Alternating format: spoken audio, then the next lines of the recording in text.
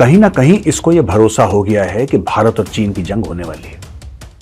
कहीं ना कहीं इन्होंने मान लिया है, और इनका मानना गलत नहीं है, क्योंकि मैं भी यही मानता हूं। यह कोई नहीं रोक सकता। अगर चीन शुरू नहीं करेगा ना, चीन हिमालय से शुरू करेगा, चीन समुद्र से शुरू नहीं करेगा, भारत इसको समुद्र में ले जाएगा। यह भी मैं आज आपको प्रेडिक्ट कर दूं। India will take the war to the seas अगर चाइना ने हिमालय पर अटैक करा तो। নমস্কার, আপনাদের সবাইকে স্বাগত। পরিস্থিতি ভালো নয়। ভারত ও চীনের পরিস্থিতি উপর থেকে দেখে ভালো মনে হলেও পরিস্থিতি কিন্তু একদমই উল্টো। ভারতের প্রধানমন্ত্রী নরেন্দ্র মোদী গোপন মিটিং করেছেন। সেখানে এনএসএ অজিত ডোভাল সহ সেনা প্রধান সহ অনেক বিশেষজ্ঞরাই ছিলেন। এই বিষয়ে ভারতীয় মেজর গৌরব আরিয়া কি বলেছেন শুনুন।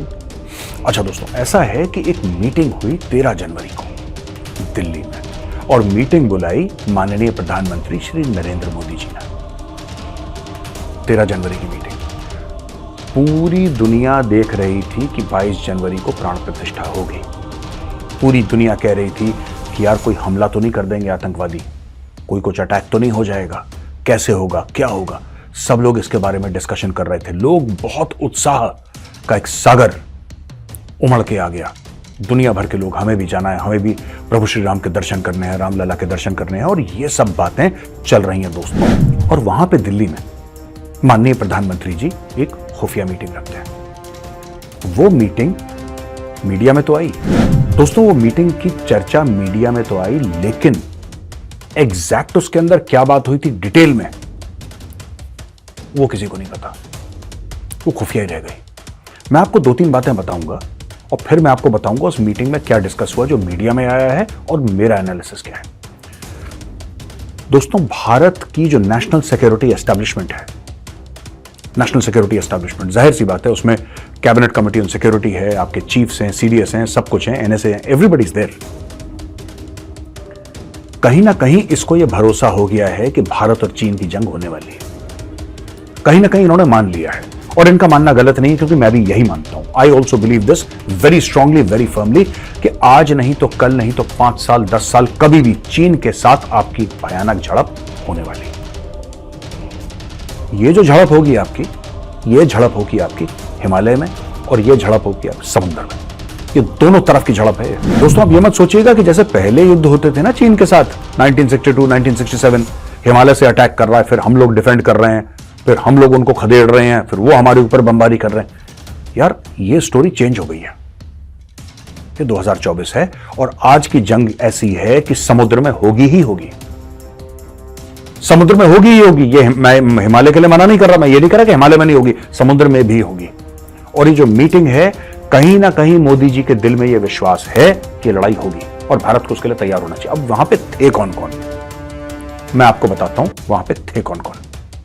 Doctor P K. Mishra, principal secretary to the prime minister, NSA Ajit Doval, CDS general Anil Chauhan, chief of naval staff admiral R Harikumar, defence secretary Giridhar Aramane, doctor Sameer V Kamat, chairman DRDO. दोस्तों, इसके अलावा और भी कई ऑफिशियल्स वहां पे थे। नेवल चीफ वहां पे क्यों थे? Admiral R Harikumar. जैसा मैंने आपको बताया, लड़ाई समुद्र में होनी है, यह कोई नहीं रोक सकता। अगर चीन शुरू नहीं करेगा ना, चीन हिमालय से शुरू करेगा, चीन समुद्र से शुरू नहीं करेगा, भारत इसको समुद्र में ले जाएगा। यह भी मैं आज आपको प्रेडिक्ट करता हूं। India will take the war to the seas अगर चाइना ने हिमालय पर अटैक करा तो। यह होगा, यह 100% होने वाला है, और यही मोदी जी भी समझते हैं, यही डोभाल साहब भी समझते हैं।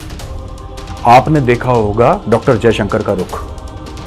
आप डॉक्टर जयशंकर को फॉलो करिए, आप उनको ट्विटर पे फॉलो करिए, आपको पता लग जाएगा फॉरेन पॉलिसी किधर जा रही है, भारत क्या कर रहा है। आपको पता लग जाएगा, अगर आप थोड़ा सा भी एनालिसिस रखते हैं अपने अंदर, आपको पता लग जाएगा कि भारत में क्या होने वाला है। आप उनके सुर देखिए चाइना को लेकर। वो कह रहे हैं, जयशंकर साहब की ट्रेड जो है वो अपनी जगह है, नो डाउट, लेकिन वो कह रहे हैं कि पूरी दोस्ती चीन के साथ नहीं हो सकती, पूरा नॉर्मलाइजेशन चाइना के साथ नहीं हो सकता, जब तक चीन बॉर्डर डिस्प्यूट सॉर्ट आउट ना करे।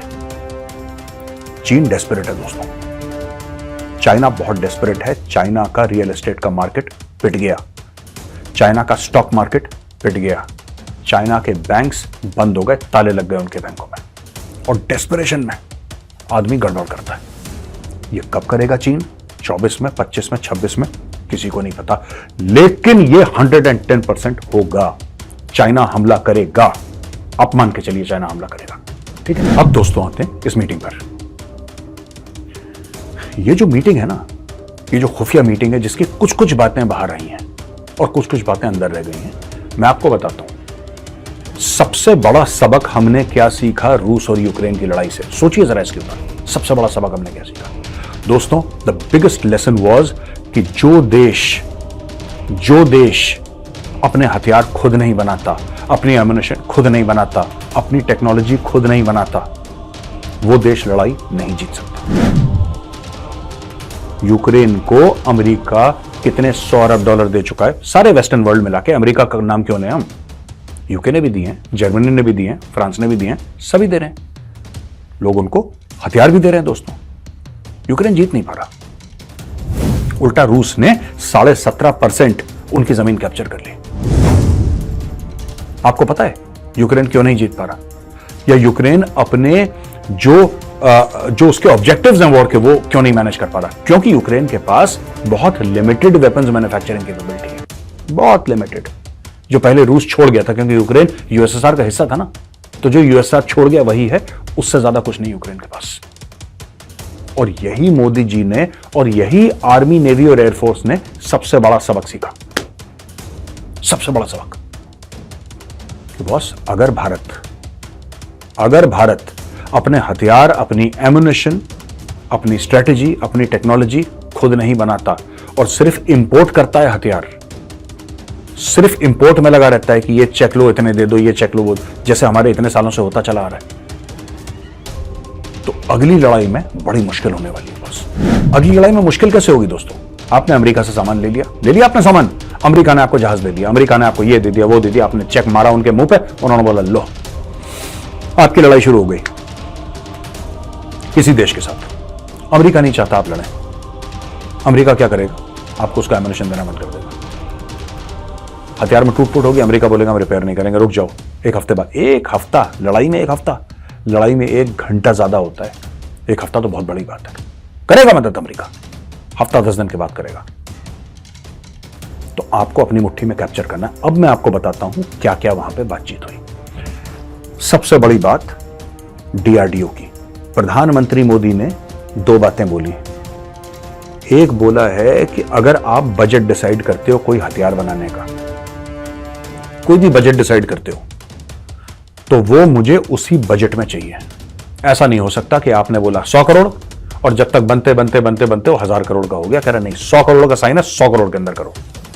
दूसरी चीज है टाइम ओवररन।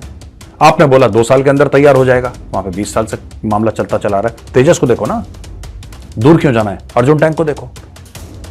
जब मैं आर्मी में कमीशन हुआ था 1994 में, मैं तब से अर्जुन को देख रहा हूं, बनता ही चला जा रहा है, बनता ही चला जा रहा है, बनता ही चला। आज की तारीख में nobody has the time, nobody has the patience. लोग यूं काम होता है यार, यूं एआई टूल्स यूज करके, हर चीज टॉप क्लास की टेक्नोलॉजी यूज करके लोग बनाते हैं लेटेस्ट हथियार। इतना टाइम है किसी के पास कि बैठे रहो। और भाई 1994 30 साल हो गए, 30 साल से मैं अर्जुन को देख ही रहा हूं। कभी 1 रेजिमेंट, कभी 2 रेजिमेंट, अभी आई थिंक 2 या 3 रेजिमेंट, व्हाटएवर इट इज। आपको जो करना है आप करो ना, आगे बढ़ो। फिर उसमें रोक किस चीज की है?